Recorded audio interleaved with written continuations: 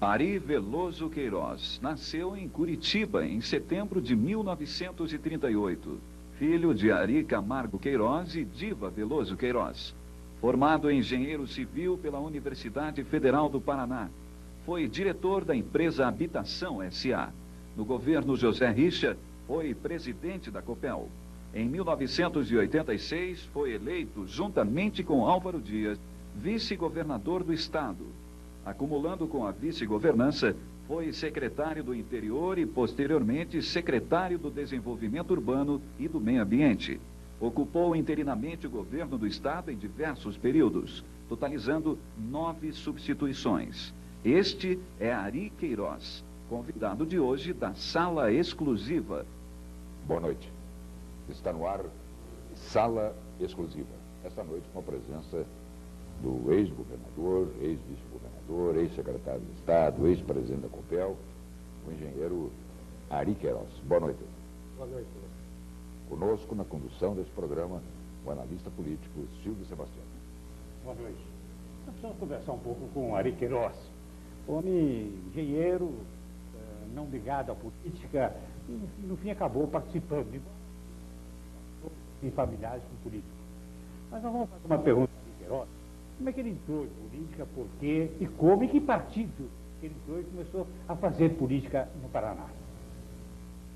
Bom, eu fiz política estudantil, o Enéas sabe disso, e União Paranense de Estudantes Secundários, fui presidente do diretório de engenharia do Paraná.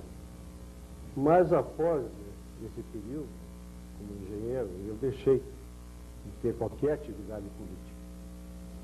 Só fui retornar na convite do atual deputado Afonso Camargo, que quando da criação do Partido Popular, eu nessa época era diretor da Habitação, me convidou para participar das reuniões do antigo PP. E essa foi a forma com que eu entrei. Posteriormente, com a incorporação do PP pelo MDB, criando-se o PMDB, eu comecei a participar do PMDB. Na verdade, apesar da atividade profissional como engenheiro, diretor de uma empresa de construção, a habitação, havia, e creio que isso permaneça, uma ligação muito íntima, de amizade, de companheirismo, entre o ex-governador Ari Queiroz e o ex-governador Jânio Canet. Não é isso? E quem sabe, a essa altura, o Jânio Canet já havia sido governador, já havia exercido várias outras funções públicas. O PP foi criado em 81, 82, né? Começaram, depois das extinções dos partidos do MDB e da Arena, foram criados outros partidos, inclusive o PP, que foi em 81, 80, né? Dentro disso, né? Que foi o ingresso do governador em filiação partidária. E ali, me corrija se estiver errado, na verdade o PP, o Partido Popular, à época, né, que tinha como grande liderança nacional a figura de Tancredo Neves, tinha no Paraná a liderança do ex-governador Jânio Canet. E o partido se preparava para lançar candidato a governador exatamente na figura do Canet. E aí, com uma canetada ditatorial, o governo federal jogou água na fervura e os partidos se viram inviabilizados. E aí, em razão disso, a fusão. Exatamente. Mas isso o jogou na vida pública. Isso o levou a vir a participar ativamente da vida político-administrativa do Estado, porque na ocasião se elege o José Richa, governador. E no governo do José Richa você vai ter uma função pública importante. Não é isso? Realmente, eu até me considero privilegiado pela amizade do Canet, né? Quantos anos eu fui diretor de uma empresa dele, e de outro lado com a amizade do Richa, com quem eu fiz política estudantil também. Quer dizer, na realidade, essas duas pessoas me deram condições, criaram condições para eu acreditar que poderia realmente contribuir de uma forma para o Estado do Paraná. Então, as coisas se somaram, né? Realmente o candidato era o Canet, nosso candidato. Com a desistência do Canet e com a fusão, o candidato passou a ser o Richa, que foi de todo o grupo do antigo PT, o que veio a viabilizar a eleição do Richa. Lógico. Inclusive com a indicação do vice, que era o João Elísio Ferraz de Campos, né? Pois é, mas no governo do Richa você foi convocado a participar da administração, para ser presidente da Copel. Aí foi um aspecto interessante, porque eu sou engenheiro civil e a minha atividade sempre foi obra, era diretor de obra, então sempre atuando nas obras. E foi uma surpresa o convite que o Richa me fez. O Richa me ligou, eu estava numa reunião do CREA, e fez o seguinte convite, não foi um convite, foi uma convocação. Assim, eu já anunciei que você será o novo presidente da Copel. Então eu preciso de alguém na Copel. Tal. E eu não tinha, na realidade, experiência, nem com empresa estatal, porque nunca tinha ocupado um cargo público, né? E não tinha, e o próprio setor elétrico. Quer dizer, eu fui um presidente da Copel que veio de fora. Então, existiam dois aspectos interessantes dessa minha indicação. Primeiro, porque haveria, como houve, uma reação interna na Copel por um presidente que vinha de fora. Né? Uma visão, quer dizer, vamos fazer política, qual é a intenção. E, de outro lado, mesmo dentro do partido, no PMDB, uma certa desconfiança para ver qual é a prática que alguém veio do PP, né? Ocupar o cargo de tão grande importância, né, do Estado. Que é a maior e a mais poderosa das estatais do Estado. Né? E qual o tratamento que seria dado dentro de todas as teses defendidas pelo partido e tal, qual o comportamento. Então eu enfrentei inicialmente esse tipo de dificuldade. Porém, eu acho que com a ajuda, o apoio do Richa, que sempre foi um homem muito aberto, sempre delegou, sempre me deu autonomia do trabalho, com o apoio dos empregados da Copel, que depois dessa fase de desconfiança me deram todo o apoio, e depois com o apoio do próprio partido, quando sentiram que as teses que estavam sendo levantadas na Copel, as mudanças que ocorreram dentro da empresa, vinham de encontro àquilo que o PMDB defendia, que era uma transparência maior, uma visão social maior, quer dizer, os projetos que foram desenvolvidos, o Clique Urbano e o Clique Rural, eram as teses defendidas pelo PMDB. Então isso me deu uma condição de poder trabalhar com mais afinco dentro da... Permaneceu os 4 anos do governo Zé Richa dentro da Copel? Não, eu não permaneci os 4 anos porque eu me desincompatibilizei para ser candidato a vice-governador. Há 6 meses antes? Era pouco mais de 6 meses. Pouco mais de 6 meses. Na realidade, no momento que eu tinha que deixar, eu deixei, e até em função do convite que eu tive para ser candidato a vice-governador, eu deixei a Copel. E, na realidade, quer dizer, a ideia que se tinha, que eu seria candidato, sem maior problema dentro do partido. Tinha sido convidado pelo candidato da época, como foi do Richa, também. Entretanto, o PMDB é um partido de peso político e tal, de decisões, e houve o lançamento da candidatura de Maurício Frutti. Aliás, é um assunto interessante que nós vamos tocar nesse assunto, Ari Queiroz. Daqui a pouco, vamos falar um pouquinho da Copel. Nós vamos chegar a esse assunto também é importante, foi em 86, essa convenção, que foi marcante, essa convenção que eu me recordo muito bem.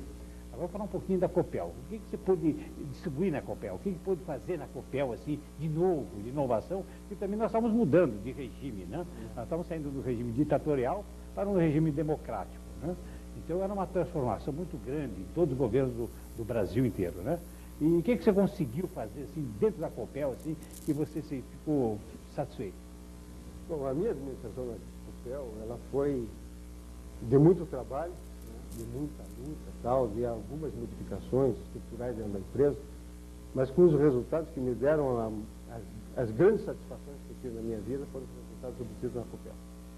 Começando pelo Clique Rural, que vinha a ser o CRIC rural?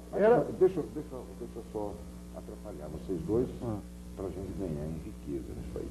Nós convidamos, Ari Queiroz, pessoas para dirigir perguntas aos nossos convidados. E uma dessas perguntas trata desse tema, e nós gostaríamos de colocar a indagação na boca desse convidado. Então nós vamos convidar o ex-deputado, ex-secretário de Estado, Heinz Herwig, para dirigir a sua pergunta a Ari Queiroz. Ari, você que foi executor de um dos mais importantes programas do governo José Richa, que foi o CRIC Rural, qual é a avaliação que você faz desse programa? Bom, eu tenho a satisfação de ouvir o Heinz, e inclusive fez parte da minha chapa do diretório de engenharia, eu sou companheiro de engenharia há muito tempo. E essa pergunta que o Heinz faz é uma pergunta que eu gosto sempre de responder. Esse programa foi concebido, primeiro, contrariando os próprios padrões da Copel. Houve uma modificação significativa dos padrões que a Copel utilizava na questão de eletrificação rural. Porque com o avanço tecnológico da empresa, a qualificação dos seus técnicos, a Copel começou a adotar padrões até internacionais, em termos de qualidade. E nós baixamos os padrões. Nós tivemos a visão de que havia necessidade de um país como o nosso, onde apenas 19% das propriedades rurais do estado do Paraná eram eletrificadas, no estado agrícola. Nós tínhamos que criar condições de levar essa energia para a população. Então o padrão foi modificado.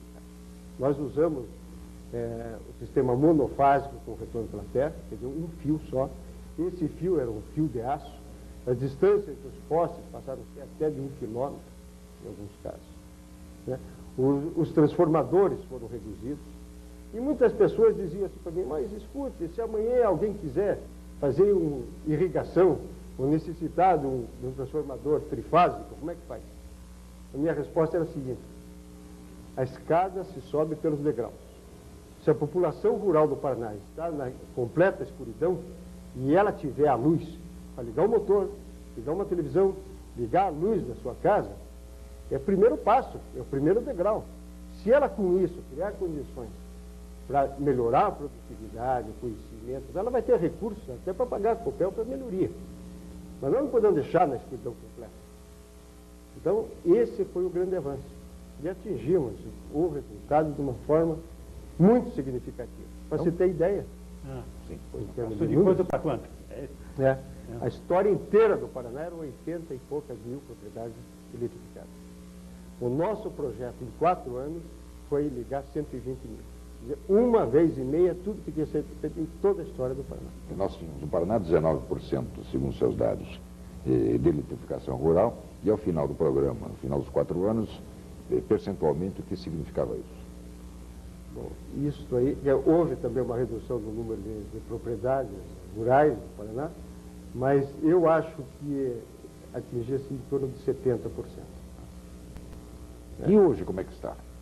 Tem ideia de como está? Houve continuidade desse programa, né? E tem sido sempre, não no volume que nós fizemos, até porque as condições são outras, né, hoje. Mas todos esses governos posteriores ao governo Richa têm mantido o programa de eletrificação rural. E eu acredito que chega perto de 100%. Eu não posso avaliar em quanto falta, mas é bem significativo o trabalho que o Paraná tem desenvolvido. Uma iniciativa da sua época que ao longo do tempo se consolidou, se realizou e coloca hoje o Paraná com esses números na liderança da eletrificação rural no Brasil. Um detalhe, Inês, é o seguinte: eu tenho comentado isso, a gente está fora da política e tal, mas o país que tem adotado esse sistema, esse processo como um todo, o Brasil, o Banco Mundial teria condições e pode até dar um apoio no programa de eletrificação dessa natureza. Eu recebi agora, mesmo fora do governo, fora da atividade pública, visita de técnico do Banco Mundial e do Ministério da Agricultura, para ouvir a experiência do Paraná. Porque é um número que se tem aí, que se fala em 5 bilhões de propriedades rurais não eletrificadas no país, Nordeste, no Norte. Tal. Nós desenvolvemos agora, eu coordenei um projeto de uns meses atrás, em Roraima, que é atendendo a pedido de um amigo nosso lá, que mora lá, que é o Amazonas Brasil, que fizeram 4 mil ligações. O Amazonas Brasil é hoje conselheiro do Tribunal de Contas do Amazonas. De Roraima. Roraima. Então, na realidade, quer dizer, essas são as oportunidades que esse projeto pode... Ele é muito mais barato, ele representou, em termos de custo, para a população que comprava, uma redução para 30% dos preços praticados anteriormente. Então, a população pode adquirir esse... E em termos de usina? Olha, aí, no governo Richa, quando nós assumimos o governo, existiu o seguinte, já tinha sido feita a pré-qualificação de segredo. E as empresas estavam aí, os projetos estavam aí e tal, e nós cancelamos essa pré-qualificação. Porque a opção foi a seguinte, não adiantava nós fazermos mais uma usina para gerar energia, para levar para São Paulo, Santa Catarina, Rio Grande do Sul, e a população do Paraná ficar sem energia. Então, a opção foi a eletrificação rural. Nós investimos o que a Copel podia investir em favor da população paranaense, porque é o estado que mais gerava energia para o país e levava essa energia para os outros estados e a sua população paranaense agrícola, não tinha energia. Então, a opção foi essa. Antes de passarmos ao intervalo, daqui a pouquinho, eu quero só fazer uma derradeira pergunta sobre a Copel, puxando o assunto para a atualidade. Foi assunto momentoso e durante um bom tempo a questão rolou na Assembleia, na Copel, a questão da venda das ações da Copel, da alienação de parte do capital acionário da Copel. E isso ainda continua, parece que o governo agora quer transformar esse tipo de operação com debêntures, qualquer coisa assim. Nós queremos a sua opinião com a sua experiência de ex-presidente e de ex-governador. Bom, eu vejo da seguinte forma. Eu acho que a privatização é uma questão importante e necessária em termos do país, mas eu não generalizo. Eu acho que cada caso é um caso. Na minha visão, a melhor empresa do setor elétrico do Brasil, minha e de todas as pessoas que tem, é a Copel. É uma empresa que conseguiu construir todo o seu patrimônio, né, com a participação do governo do Estado, em alguns casos até sem a participação do governo do Estado, com o resultado do seu trabalho. Então, eu vejo que a Copel tem que ser mantida como empresa do Estado do Paraná. Ela é orgulho paranaense. E até houve um comentário recente, o fiscal foi a Minas Gerais, e de lá ele retornou dizendo o seguinte: eu fiquei impressionado como os mineiros se orgulham da CEMIG. Eu digo assim, olha, os paranaenses têm que se orgulhar da Copel. Muito bem. Bem, nós vamos fazer uma pausa, mas antes de chamarmos o intervalo, eu queria dizer o seguinte: ao final desse programa, no último bloco, depois da conversa com o governador Ari Queiroz, nós vamos receber a visita de alguns candidatos a prefeito em Curitiba. Nesse final de semana, se realizaram mais algumas convenções partidárias, indicando novos candidatos. A exemplo do que fizemos a semana passada, vamos repetir isso nesse domingo. Deverão estar conosco o candidato do PT, o deputado Ângelo Vagnoni, o candidato do PSB, Vitório Sorochuk, e o candidato do PMN, Altair Costa Souza. Mas nós vamos fazer esse intervalo, uma pausa breve, e voltamos com o governador Ari Queiroz.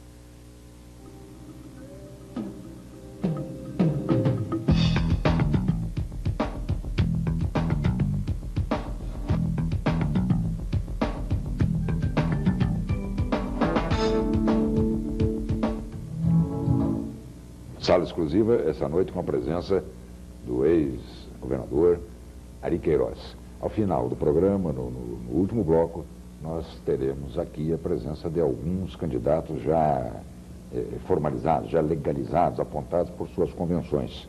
O Ângelo Vagnoni, do PT, o Vitório Chorochuk, do PSB, e Altair Costa Souza, do PMN. Ari Queiroz, vamos caminhando o tempo e chega-se o momento em que é convocado para ser candidato a vice-governador na chapa de Álvaro Dias, candidato ao governo. Mas aí parece que há uma história de convenção, Silvio. É aí que houve a convenção do PMDB, como diz Ari Queiroz, que é um partido complicado, até hoje ainda é. Está aí o PMDB lutando nessas convenções todas e tal. E houve a convenção do PMDB e Ari Queiroz é indicado também candidato a vice-governador nessa convenção. E disputando com o Maurício Fruit. Maurício Fruit que vinha do MDB, vereador, deputado estadual, prefeito e tal, são de posições, né? E disputa essa convenção com o Ari Queiroz. O Ari poderia nos contar, e para nós sabermos como é que foi essa convenção do PMDB para a escolha do candidato a vice-governador. O governador já estava decidido, era Álvaro Dias, e candidato a vice-governador pelo PMDB.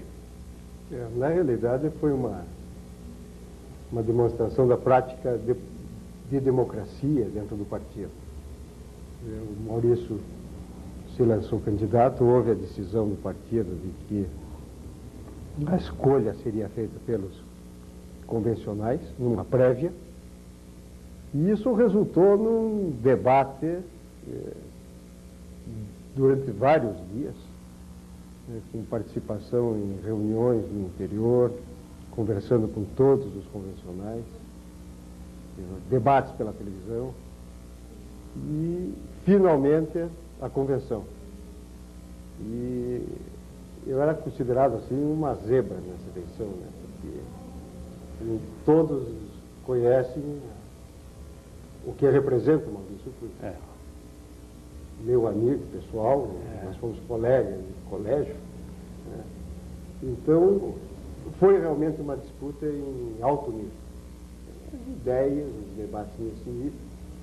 E chegou no dia da convenção, os assessores do Maurício me disseram, olha, o resultado já está garantido, Maurício bem, não seria conveniente que você ficasse aqui no partido, porque a festa vai ser tão grande, não sei o quê. Porque nós vamos fazer a festa mesmo. E eu disse, olha, eu sou um engenheiro, eu sei somar e tal, e a gente tem que tirar uma porcentagem daqueles que prometem e não cumprem e tal, mas eu acho que a diferença não está tão significativa assim. Imaginar uns 70 a 30. E, na realidade, o resultado, se for raciocinar tecnicamente, foi empate, né? Em 900 votos, a diferença foi de 9. Nossa. 9 votos? 9 votos. Foi 1%. A diferença. Nossa. E que só aconteceu, inclusive, até deve passar interessante, porque já tinha iniciado a festa do pessoal que apoiava o Maurício, no diretório e tal. Quando veio o último resultado, me parece que era de região de Francisco Beltrão, onde o Scalp me deu apoio. E daí nós tiramos a diferença e conseguimos a vitória por 9 votos. Mas todos participaram da campanha, depois, campanha eleitoral, Maurício, todos unidos? Todo mundo. Não houve dissidência? Nenhuma. Muito bem. Muito bem, ganhou a convenção e Álvaro Dias e Ari Queiroz ganham a eleição e Ari vai ser vice-governador e sucessivamente, em várias ocasiões, assume o governo do Estado. Como é bom lembrar que em 86 disputaram a eleição do outro lado o Alencar Furtado, que era candidato a governador, e Jaime Lerner era candidato a vice-governador na chapa do Alencar Furtado. Foi uma eleição muito fácil. Aí foi uma votação enorme, aí fizeram 70 e tantos % e tal, e ganharam a eleição com Álvaro Dias, com Ari Queiroz, vice-governador, e assumiu o governo. Aí nós precisamos saber agora a sua participação no governo. Só participou no governo como vice-governador ou teve outras posições dentro do governo Álvaro Dias? Não, já havia um acerto, tá, combinado que eu iria assumir uma secretaria. né, teria condições de contribuir para o governo, né, numa secretaria. Inicialmente, a definição é que seria uma secretaria especial da região metropolitana de Curitiba. E até durante o período que se aguardava a posse, nós já tínhamos iniciado um trabalho desenvolvendo um projeto que era o PIRMIC, Programa de Investimento da Região Metropolitana de Curitiba. Na composição geral do secretariado, o secretário queria ocupar a Secretaria de Desenvolvimento Urbano e Meio Ambiente, que sucedia a Secretaria do Interior, e o deputado Euclides Scalco. Preliminarmente, você foi nomeado secretário do Interior e depois se transformou em Secretaria de Desenvolvimento Urbano e Meio Ambiente. Exatamente. Foi uma nova secretaria no governo Álvaro Dias. Foi criada essa nova, que foi a primeira secretaria do meio ambiente que o Paraná teve, que era Desenvolvimento Urbano e Meio Ambiente. Porém, como o Scalco tinha um compromisso com a Constituinte, ele admitiu vir assumir esse governo, essa secretaria no futuro. Então, eu fiquei com a Secretaria do Desenvolvimento Urbano e Meio Ambiente e aquela que seria a Secretaria da Região Metropolitana, respondendo por essa secretaria, é uma grande secretaria, durante um bom período. Depois o Scalco resolveu não assumir e eu continuei com a secretaria. Scalco era deputado, o Scalco na época era deputado federal, né? Era deputado federal constituinte. Então, ele foi inclusive o vice-líder do PSDB. Certo. Na constituinte. Então, Covas era o líder e... PMDB. Não, já era o PSDB. Não, era PMDB. PMDB. Era PMDB. Depois que foi transformado. Exatamente. Criado o PSDB. E com a doença do Covas, inclusive, ele assumiu a liderança do E dentro dessa Secretaria de Desenvolvimento e Meio Ambiente, o seu trabalho dentro dessa Secretaria, governador Ari Queiroz? Eu acho que também aqui, como na COPEL, nós tivemos alguns projetos que marcaram, até nem falamos no clique urbano, que é a eletrificação para as favelas, tal, que também foi um projeto de sucesso. Na Secretaria nós tivemos esse PIRMIC, que é o Programa de Investimento da Região Metropolitana de Curitiba, que na realidade ele ficou pronto o projeto, mas ele não se desenvolveu com a questão de recursos da Caixa Econômica, e a conclusão do PRAN e a criação do PEDU, né, que é um projeto que até recentemente ainda estava em atuação, que nós concebemos e desenvolvemos esse projeto. No que diz respeito à questão do desenvolvimento urbano.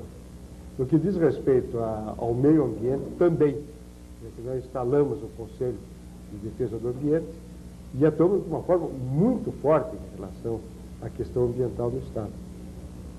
Então, na realidade, até o PEDU, ele era uma terceira alternativa em termos de desenvolvimento urbano, porque o PRAN era um projeto que os municípios decidiam o que iriam fazer com os recursos. O PIRMIC era aquela visão regional de Curitiba, envolvendo todos os municípios da região metropolitana. Então, nós entendíamos que se nós deixássemos liberado para todos os municípios escolherem as suas prioridades, acontecia o que aconteceu no passado, que todos os municípios queriam ter ginásio de esporte. Então, os municípios a 10 quilômetros, 20 quilômetros, um ginásio de esporte para cada um. Então, eu defendia no PEDU a questão regional. Quer dizer, nessa região, você pode ter um ginásio de esporte, não precisa mais. E diversificar esses recursos, que são poucos, mas sendo muito bem aplicados.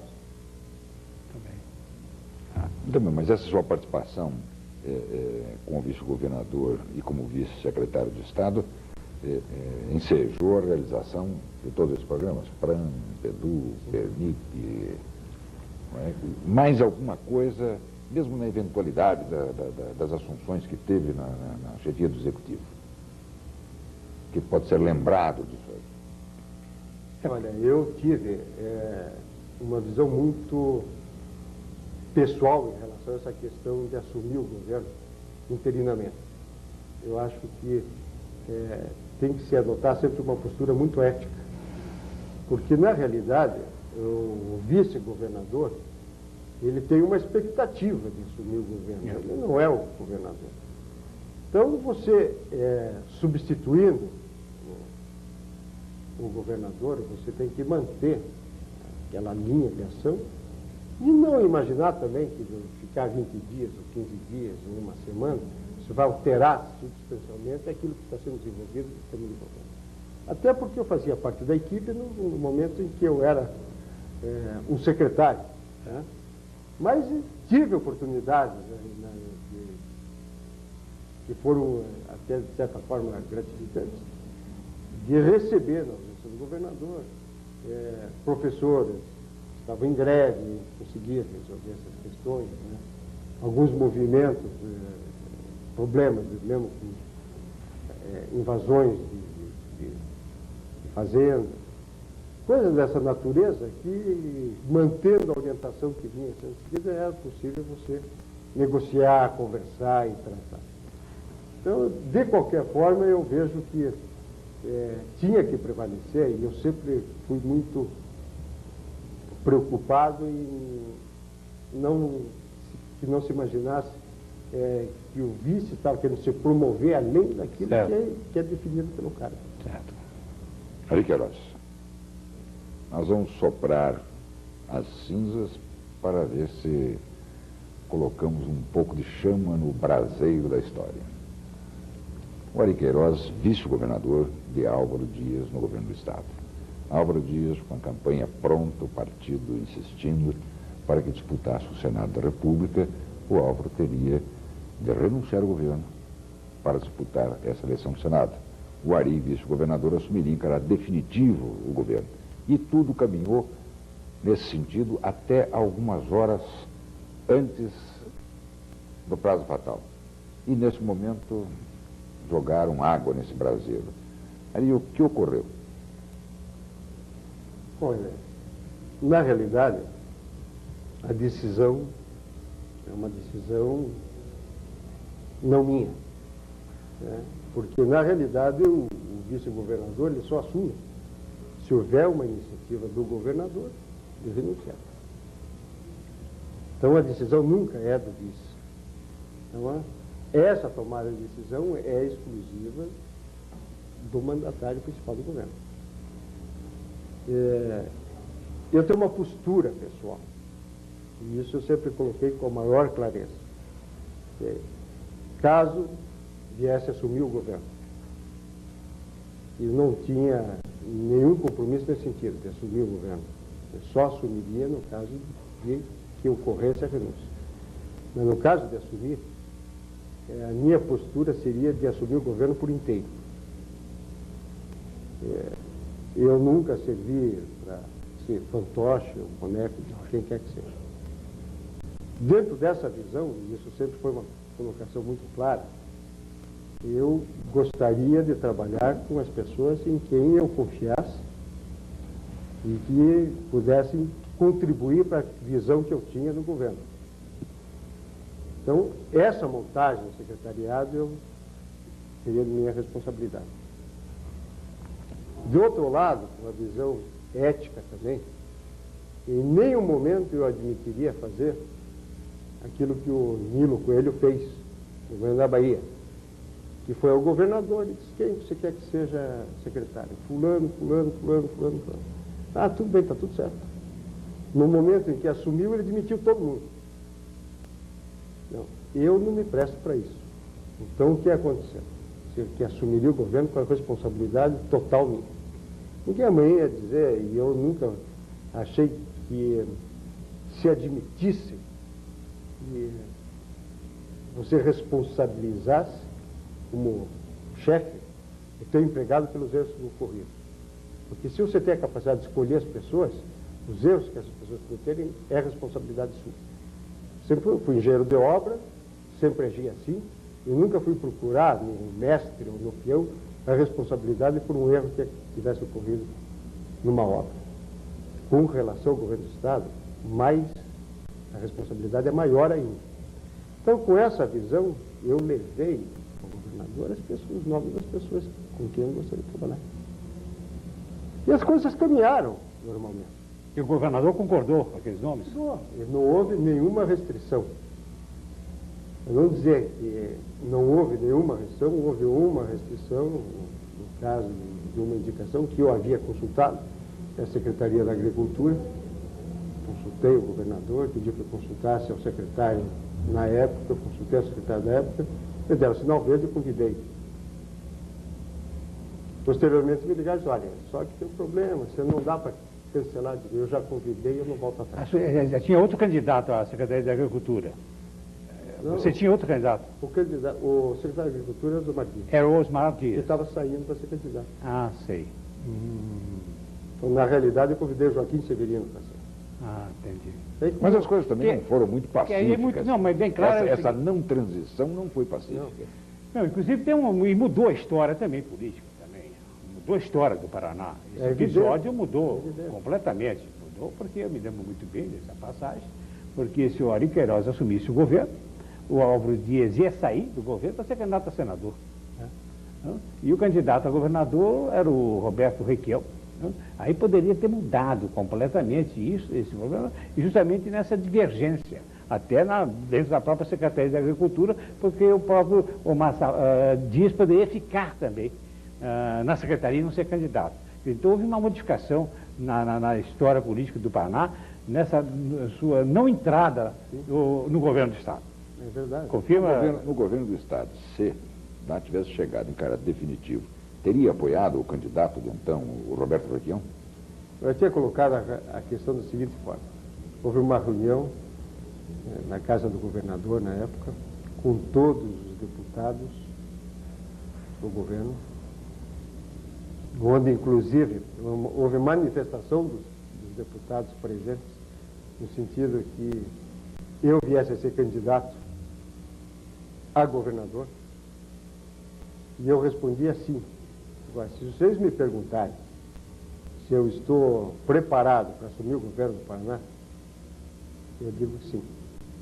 Se vocês me perguntarem se eu estou preparado para ser candidato a vereador em Curitiba, cidade onde eu nasci, eu digo não. Então, bom, mas e o candidato a Roberto Requião? Eu estou no PMDB. O candidato é o Requião candidato, terá o meu apoio. Não o apoio do governo, não vou usar a máquina, do governador. Mesmo todos sabendo da minha amizade com o Richa. Coloquei com a maior clareza isso. Agora, posteriormente, no episódio da permanência, esses deputados todos que estavam nessa reunião, que disseram que eu seria a pessoa ideal para ser candidato, e para que acontecesse isso, eu teria que renunciar no prazo do governador. Nenhum deles me ligou e hipotekou solidariedade por episódio da minha permanência no governo. Então eu fiz uma declaração nesses termos, não sei se está lembrado. Eu hoje estou liberado pelo PMDB para mudar de partido. Então, nesse momento eu passei para o PMDB. É importante porque naquela oportunidade o Zé Richa era candidato já a governador do Estado. Quer dizer, Roberto Requião, com apoio do Álvaro Dias. O Álvaro Dias saísse do governo e ia ser candidato a senador. Ele, como candidato a senador, talvez dividisse até esse apoio junto ao Requião e ao próprio o José Richa também. E o governador que assumiria era o Ari Queiroz, também ficaria também numa situação complicada, porque amigo pessoal também do José Richa não tinha nada, dificuldades com o José Richa, no tratamento, até político do José Richa, né? Então, eu poderia, assim, eu confirmo, afirmo, e o governador Ari Queiroz também acha que vai conversar conosco, de que a história do Paraná, daquela eleição de 90, seria completamente diferente do que foi o seu resultado. Não, Ari? Provavelmente. Provavelmente. Vamos chamar mais um dos nossos convidados para dirigir perguntas ao ex-governador Ari Queiroz. Eu só gostaria de lembrar que no último bloco, após a participação de Ari Queiroz, nós teremos a presença aqui de alguns candidatos lançados à Prefeitura de Curitiba nas convenções deste fim de semana. Nós vamos trazer, a sua passagem na Copel e esses programas lá realizados foi marcante. Mas nós vamos trazer mais um convidado aqui, o deputado Beto Richa. Você que participou dos governos de José Richa e João Elísio Ferraz de Campos, ocupando a presidência da Copel, foi vice-governador do nosso estado, um empresário de sucesso na iniciativa privada e um homem público de conduta ética irrepreensível. Eu tenho duas perguntas para lhe fazer. Primeiro, quais foram os benefícios econômicos que o Clique Rural trouxe para o Paraná? Este que foi o maior programa da Copel implantado na sua gestão. E a segunda, se você pretende ainda disputar cargos eletivos. Pergunto isso porque eu acho que a política brasileira não pode prescindir de um homem como você. Bom, eu fico muito sensibilizado pela colocação do deputado, ser jovem deputado de muito futuro no Paraná. E a resposta com relação ao Clique, é um assunto que nós já abordamos aí, mas que trouxe efetivamente um significado muito grande em termos econômicos para o Estado do Paraná. Com relação à questão, segunda questão, que é a questão que envolve o meu futuro em termos de política, o Beto sabe que eu hoje não tenho partido. E também não tenho ainda nenhuma intenção de ter qualquer tipo de participação eleitoral. Acho que dentro da visão que a gente tem do país, do Estado e tal, e com o idealismo que nós sempre tivemos, de forma alguma poderiam fugir da responsabilidade e contribuir. E eu acho que estou tendo uma condição de contribuir hoje na Itaipu, junto dos Scout, companheiros e tal, sem efetivamente ter necessidade de ocupar uma função ou cargo eletivo. Eu sou engenheiro civil, tenho uma profissão a qual eu sempre me dediquei, e da qual eu me orgulho muito, e acho que nessa condição, na engenharia brasileira, a gente pode contribuir muito para o país, sem ter necessidade de estar desenvolvendo atividade política em termos partidários. Fez referência a Itaipu. Hoje, Ari Queiroz integra a equipe de trabalho do deputado Euclides Scalco, que preside a Itaipu? Sim, o Scalco me convidou para atuar com ele em Itaipu, até com a experiência que nós temos, que diz respeito ao setor elétrico, e eu não podia de nenhuma forma deixar de contribuir nesse trabalho, não só pela amizade que eu tenho pelo Scalco, mas também pelo interesse de contribuir para o Brasil. Ari Queiroz, fazer uma pergunta ainda dentro do governo. Você assumiu o governo por diversas vezes, 9 vezes, algumas vezes até 20 dias. E o que você teve, assim, que deu grande prazer quando você assumiu o governo do Estado? Um ato, assim, que você se recorda, que deu, assim, um prazer, assim? Você pôde fazer alguma coisa durante aquele período no governo do Estado? Silvio, na realidade, quer dizer, essas passagens muito rápidas, tal, não criam uma condição assim de você poder fazer efetivamente alguma coisa.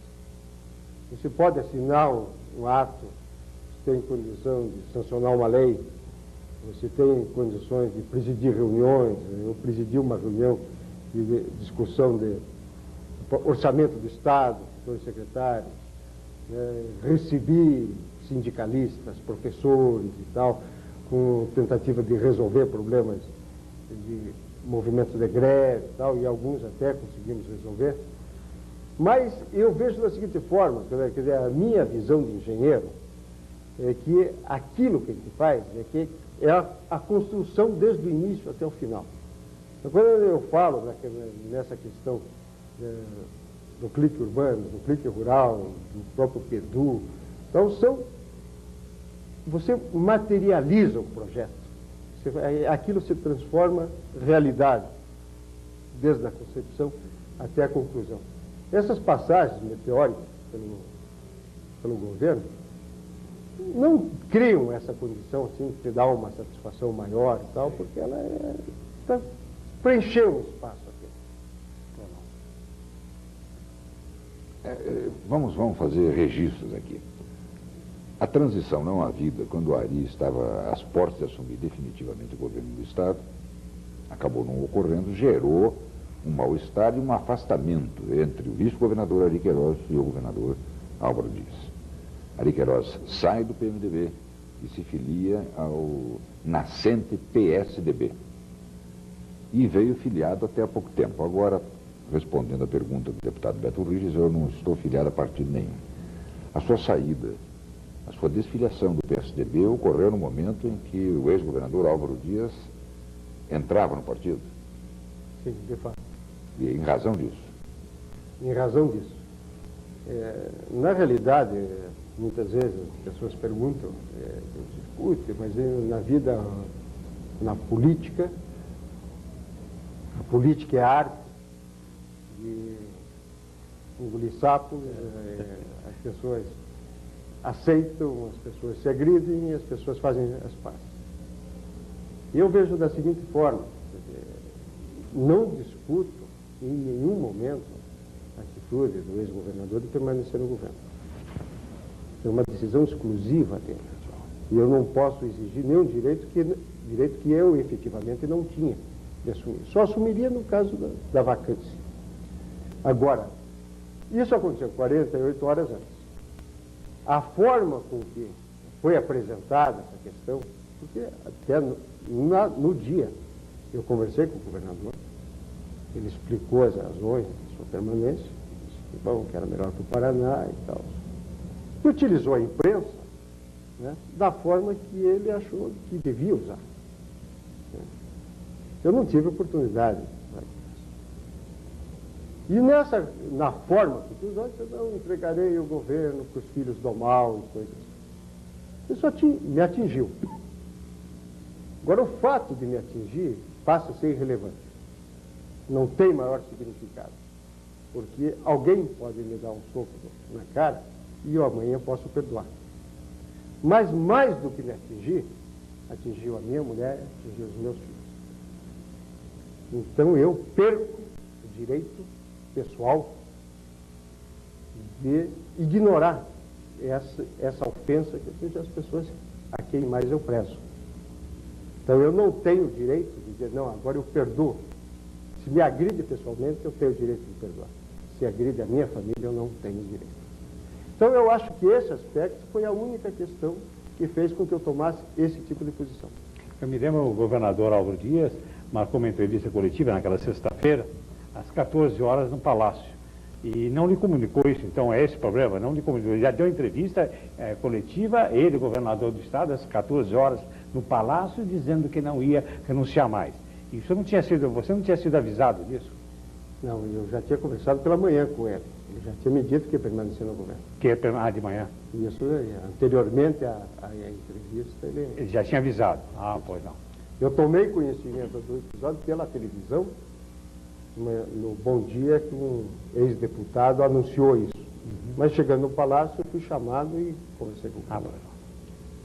Mais um registro. Ari Queiroz, o terceiro convidado a lhe dirigir perguntas, era o jornalista Dino Almeida.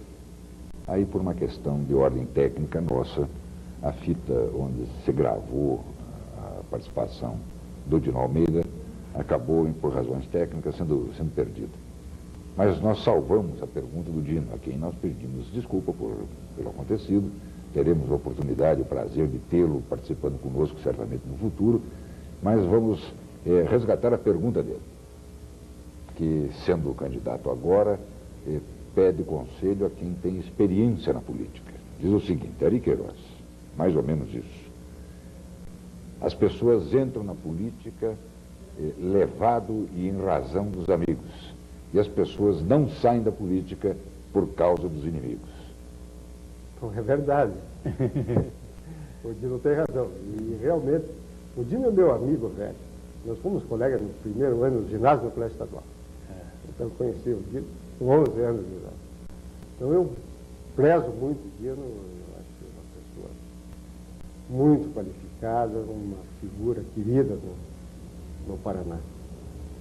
E ele está raciocinando certo. Ele é candidato e tem que ver que na política as coisas acontecem dessa forma mesmo. Quer dizer, os amigos incentivam, as pessoas vão, mas depois, na política, na maioria das vezes, os políticos se sentem sozinhos. Né? E são forçados até a permanecer exatamente pelas questões levantadas pelos próprios inimigos. Né? Então, eu me sinto até, de certa forma, feliz de ter saído da política, né? Da forma em que eu saí. Eu, na realidade, tive exatos 8 anos de vida pública. E nem um dia mais do que 8 anos. Em 8 anos eu consegui ser, no meu estado, minha cidade, aquilo que vocês mencionaram, né? Presidente da COPEL, secretário, vice-governador. Eu acho que é muita coisa, é uma honra muito grande. Eu mantenho em Curitiba, a cidade que eu nasci, as mesmas amizades que tinha desde o tempo de guri. Sempre andei por essa cidade sem necessidade de andar com um guarda-costas. Sempre de uma forma transparente, como vice-governador, como presidente da COPEL. Dizer-se que acertei tudo seria mentira, porque o ser humano erra, e cometi muitos erros. Mas eu acho que no frigir dos ovos, o que valem são as amizades. Então, esses amigos que a gente tem, que a gente mantém, é que fazem a satisfação da vida. Não vamos dizer no Dino, né, que participe da política, seja candidato a vereador e faça um pouco de política, acho que é importante. Ele tem muitos amigos. Tem muitos amigos e é jovem ainda para fazer isso. Olha, dentro de poucos instantes vão estar conosco candidatos à Prefeitura de Curitiba, homologados nas convenções ocorridas nesse final de semana. Já confirmaram presença o candidato do PT, Ângelo Vagnoni, o candidato do PSB, Vitório Sorochuk, e o candidato do PMN, Altair Costa Souza. Nós estamos chegando ao final desse bloco, onde tivemos a presença, a alegria, a satisfação de ter o ex-governador Ari Queiroz. Silvio, mais alguma... Não, eu estou satisfeitíssimo com a presença de Ari Queiroz, governador do estado aqui do Paraná, e vamos insistir um pouquinho com ele, para que ele não largue da política, não. Eu acho que é muito importante as pessoas sérias, honestas, no Paraná principalmente, no nosso Paraná, continuarem a fazer política. Continue fazendo política, governador. Eu lhe peço isso em nome de algumas pessoas até. O Paraná precisa do seu trabalho, da sua participação, e a política precisa de gente séria. Eu quero agradecer a sua presença aqui na sala exclusiva. Ari Queiroz, as suas considerações finais. Bom, eu só quero agradecer essa oportunidade. Os meus amigos Inés e Silvio estão me dando, de poder colocar algumas questões que eu acho importantes para mim, em termos pessoais. Não sei se para a população tem o mesmo significado, mas eu me sinto muito satisfeito de estar aqui, conversando com vocês, num programa que hoje é o principal programa político do Estado do Paraná, é inegável, em termos de audiência, de conhecimento. Então, queria, mais uma vez, me despedindo, cumprimentá-los pela ousadia e pela competência com que vocês estão comandando esse programa. Ari Queiroz, ex-secretário de Estado, ex-presidente da COPEL, nossa Companhia de Energia Elétrica, ex-vice-governador, ex-governador do Estado. Muito obrigado pela sua presença essa noite conosco, aqui em Sala Exclusiva. Obrigado, Ari Queiroz.